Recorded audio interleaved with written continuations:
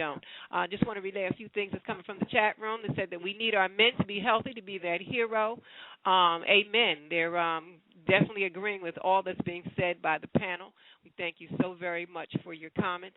Going to take a minute and take a call from someone that has their hand up on the line, area code 214.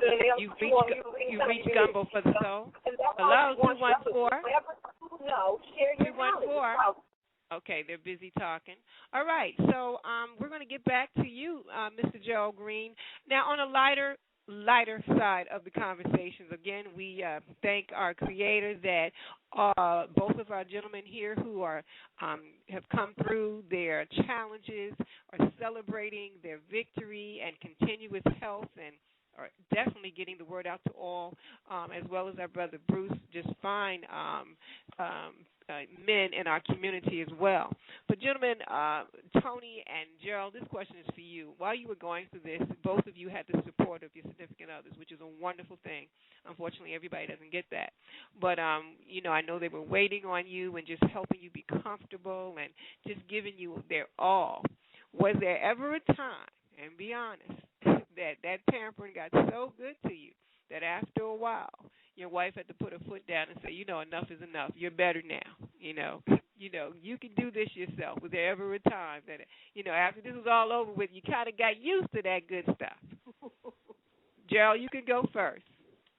I shared that question with my wife, Monica, and she read it and she kind of laughed because I really I didn't play the part of the helpless victim much. Okay. There was a time when I was extremely weak because when you have tongue cancer, you lose your taste buds, and you'll be surprised when food has no taste.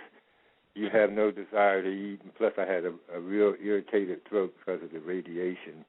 And so I was losing I lost about 45 pounds in a very short time period. But getting back to your question, I really didn't play the helpless person much. I appreciate everything that she did for me. I didn't try to milk any extra affection other than the affection that she was always showing me anyway. So. Okay. So you didn't ask for the remote, even though it was like in arm's reach? That's what I really want to know. Was there anything that had her looking at you sideways saying, now, girl, no. Well, yeah. After you got strong and was able. Well, no, I'm going to be honest with you. I can't really think of, as far as remote, we don't have any TV in the room, in the bedroom, so if I wanted to look at TV, I had to get up. If I had enough strength to get up and go to the other room where the TV was, I damn sure could pick up the remote on my way. I know that's right. But, and that was something that when we didn't want to, even when we were living in our dream house, we didn't want to have it set up so that we were so comfortable we didn't want to get out of the bed. And so, like I said, there's no TV in the bedroom, so you want to look at TV, you got to go to another room. And I know that's right. And so while I was bedridden, I did a lot of reading, and the reading gave me some mental strength to be able to rest mentally, and then. But I'm dancing around. The answer is no. I didn't milk it. I just took the affection as it came. Okay. Well, we appreciate that, Tony. How about you? Did you ever get to the point where you? I would have to agree with Gerald. Seriously, and being honestly, I'm up to between 3 and 4 o'clock every morning, and been doing that for years. Especially after I got out in the music business, we were up all night, all day and all night. So we live like that. But in the last 15 or so years, I should have been. Yvonne would have been very surprised at that, because I lost 40 pounds rapidly myself, and it made me stronger. I actually got stronger and wanted to do more, and was driving us because I think when you have a cancer or any disease like that, or anything that's going to take your mortality away, I found myself doing more and wanting more, and and actually producing more work than ever before. I did movie scripts, I did new titles, new books, music. It started a record company.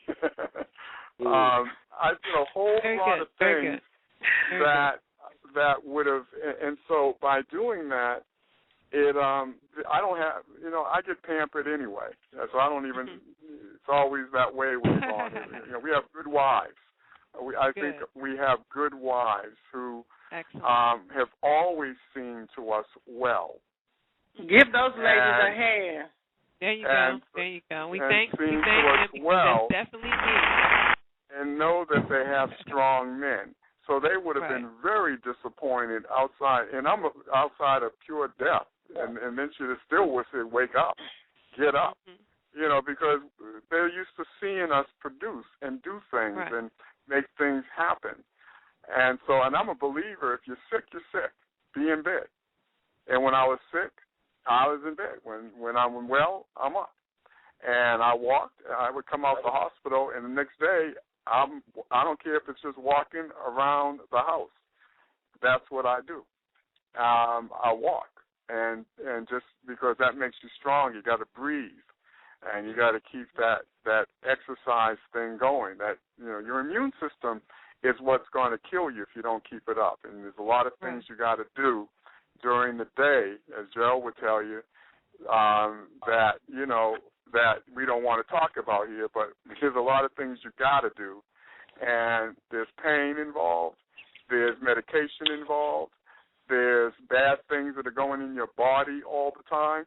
So constantly, if you want to live, you have to constantly be aware of that and be doing things that can counteract that, whether it's positive work that makes you happy, talking to people, or whether it's writing or working or your wife, and and you don't, I felt that Yvonne would have been very disappointed in me if I had used that period to take advantage of her, and I would never do that.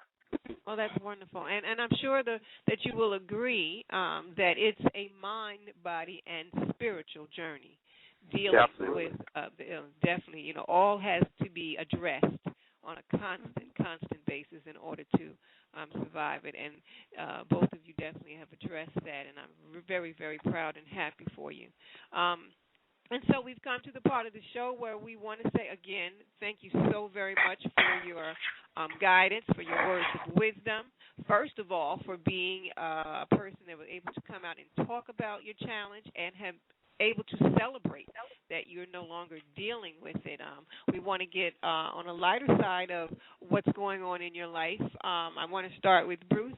Just give us some information on what's going on with you as far as where people can find you, contact information as well. Right. Well, people can go to BruceGeorgiaMedia.com. That's my website, and you can get all the links there. Basically, right now I'm working on my anthology called Street Smarts. It's an anthology of urban survival strategies.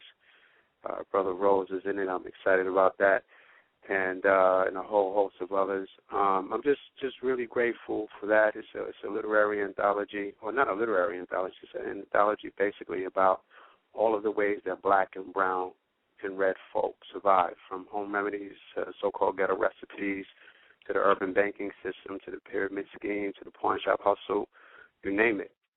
And so, I'm just all about creating these movements, where people can take advantage of it, because we're here for a short period of time. You know what I'm saying? James Baldwin said it best. He said, the arbitrary nature of time and a limit set to your endeavors is contained in two words, the end. And so, within that space, or the short time that we have, is paramount of all of us to make the most amount of impact. You feel me? Funerals are for the living, not for the dead, not for those who transition. It's for the living. So for me, it's all about just putting in the work. You know, as a social activist, just putting in as much work as possible, reaching the most amount of people in the least amount of time, and doing God's work. Yes. Well, thank you, and we appreciate Absolutely. all that you do, too. Absolutely, Bruce. Mr. Greene, tell us about the book that you have coming up and how we can purchase it, please. Okay, Life Constricted to Love, Hugs, and Laughter. If you're in the Bay Area, you can get it at Marcus Bookstore in Oakland. You can order it through Amazon.com, or you can go, I have a website, it's called lifeconstricted.com. You can go there and buy it directly from the publisher. I have another work that it just came out this year. It's a book called Black Fathers and Invisible Presence in America. The editors are two African American psychologists whose expertise is African American boys and men, Dr. Michael Connor and Dr. Joseph White. And for that book, I have a chapter called Fatherhood Love. That's available. It's a text. It's kind of a textbook, and I think you can get it through Amazon. You can get it through Amazon.com, I think. But and I'm excited about being in Gumbo for the Soul. Good, you should be. Yes, I'm excited that you're there too. Wonderful. Yes, we are. Big up to Gumbo. Happy birthday again, That's Bev. right. Definitely. That's right. Thank you, Tony, thank you. Let us know what's going on with you and some contact information, please.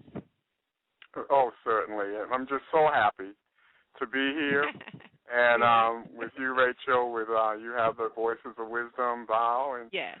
You know, I've been there a number of times and been chastised sometimes. We all get a whooping. Okay. Everybody and get a Bruce, whooping. Our friendship, our new friendships and friendships that, you know, I'm proud and honored to be with you, Bruce, and your new book coming out. And man, you as well. Street Smarts and telling our stories. Yes. Absolutely. And with you, Ms. Johnson, and Men of Honor, Gumbo for the Soul, Men of Honor. That's an honor in itself, and thank you. It is my pleasure and honor. Thank you. Thank you. It's a blessing, the work that all of you are doing. We can be reached at www.amberbooks.com. We're nation's largest publisher of self-help books and music biographies. I'm in production with a new film, story of Rick James, a life story, which we have. It can be looked at on www.rickjamesmovie.info. We have a number of situations we work on, and new titles, new books, and my wife has 2 new books out she's very happy about, and sales are good, and life is wonderful, and you know, we'll move along on our journeys and touch each other and help each other and be a blessing to one another in life. And everyone out there, the most you can do is be a blessing. Respect one another, love one another, help one another, because we need help. As Brother Bruce said, we're born in turmoil in this country. We've been under terrorist conditions going back for 300 years. Right. And so we're born in turmoil, live in turmoil all our lives. And all we can do, those that know, is pass on the teachings, as Brother Bruce and Sister Beverly have been saying. We have to teach one, reach one, each one teach one. And somehow that gets through. And if we can be a blessing through our work, because work is good. I tell all the brothers and sisters when I travel, if you're young and in the ghetto, the real ghetto, and you can't get out, join the military. Go in the Navy or Air Force. I'm not recommending the Marines or Army because it takes a little bit more, but try to learn a skill and move forward in life and teach others. Be a blessing to one another, respect one another, and love one another. Let me say this real quick to jump on what you just said, Brother Rose. That's deep. I Ruby D